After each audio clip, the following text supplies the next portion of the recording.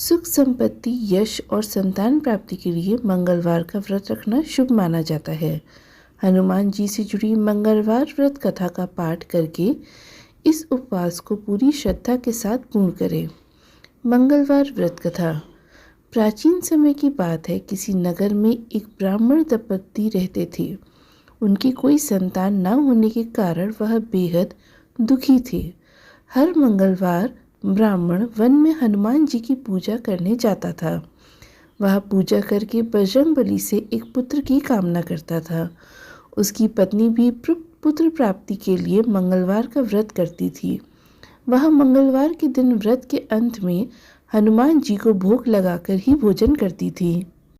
एक बार व्रत के दिन ब्राह्मणी ने भोजन नहीं बना पाई और ना ही हनुमान जी को भोग लगा सकी। तब उसने प्रण किया कि वह अगले मंगलवार को हनुमान जी को भोग लगाकर ही भोजन करेगी। वह भूखी प्यासी 6 दिन तक पड़ी रही। मंगलवार के दिन वह बेहोश हो गई। हनुमान जी उनकी श्रद्धा और भक्ति देखकर प्रसन्न हुए।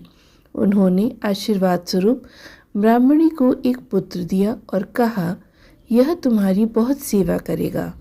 बालक को पाकर ब्राह्मणी बहुत खुश हुई। उसने बालक का नाम मंगल रखा।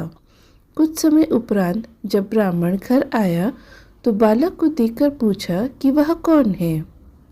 तब पत्नी बोली कि मंगलवार व्रत से प्रसन्न होकर हनुमान जी ने उसे यह बालक दिया है।